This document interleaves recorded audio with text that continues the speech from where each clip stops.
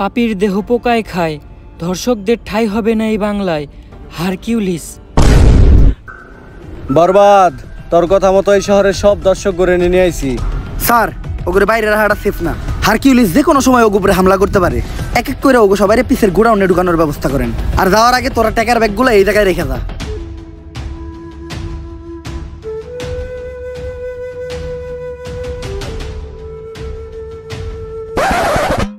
Sir, বাইরে তো আমরা আছি, ওখানে ভিতর থেকে সেফটি দেওয়ার লেগেও কাউরে দরকার। আর যেটা আমাকে মতো 5 পুলিশ অফিসার দিয়ে হইব না, আপনার মতো সাহসী আর যোগ্য একজনের দরকার। যাই, এতদিন পরে তোরা আমার চিনছস, সমস্যা নাই, তোরা বাইরে পাহারা দে, আমি ভিতরে ব্যাপারটা দেখতাছি। স্যার, শেষবারের মতো একটা কথা শুনে রাখেন, পাপীর দেহ পোকায় খায়, ধর্ষকদের ঠাঁই হবে না এই বাংলায়।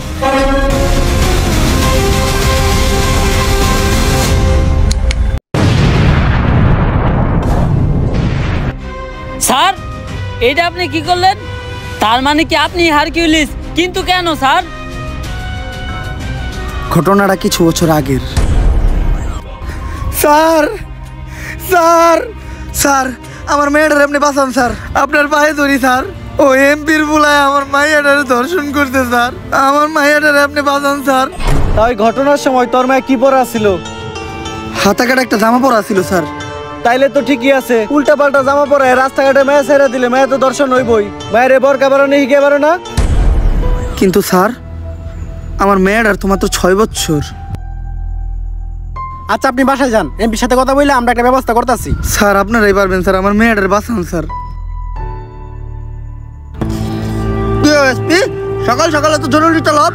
এমপি সাহেব, আপনার পুলাই তো 6 বছরে একটা মেয়ের লয় ঘটনা ঘটিয়ে লাইছে। বিষয়টা জানাজানি হইলে পুরো একটা ঝামেলায় পড়ে যাবেন গা। আপনি অন্তত মেয়েটা আমার কাছে দেন, আমি বিষয়টা ম্যানেজ করতেছি। এসপি, ঘটনা তো আর একটা আসে, আমার পুলাই তো মেয়েটারে মাইরা লাইছে। কোন কি?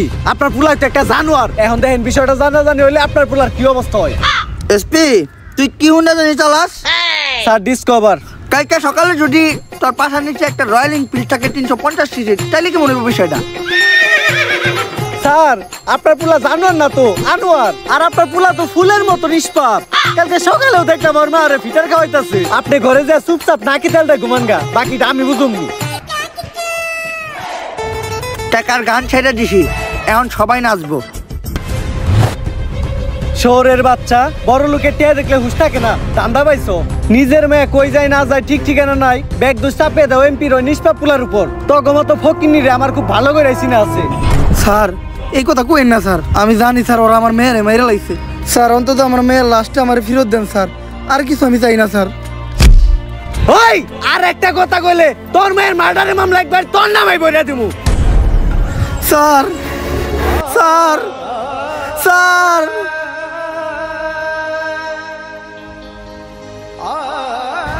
আমি অভিশাপ দিতেছি, একদিন এই পাপিকে দেহ পোকায় খাইব, ধর্ষকের বিচার এই বাংলায় হইব।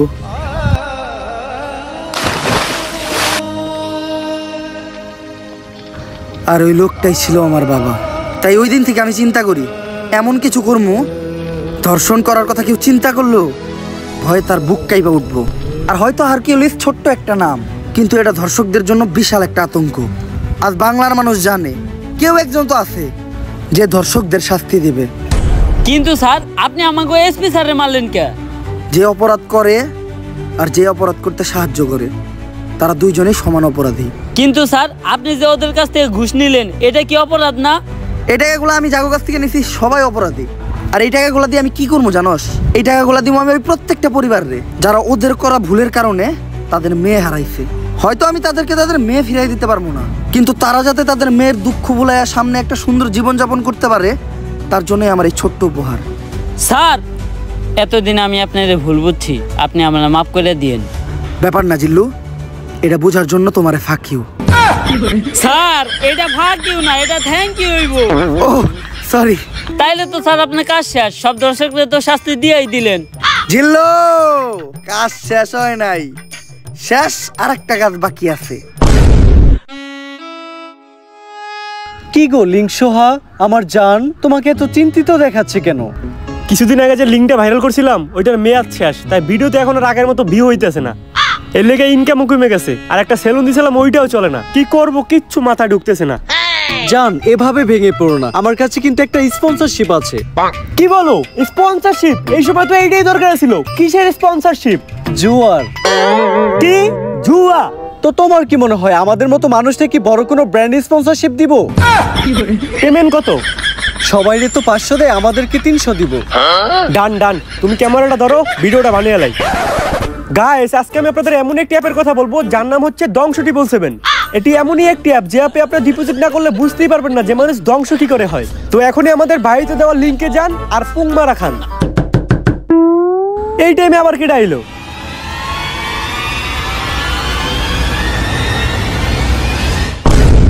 আগে চলতি তোরা লিঙ্ক বেইসা, আর এখন দিছস জুয়ায় হাত।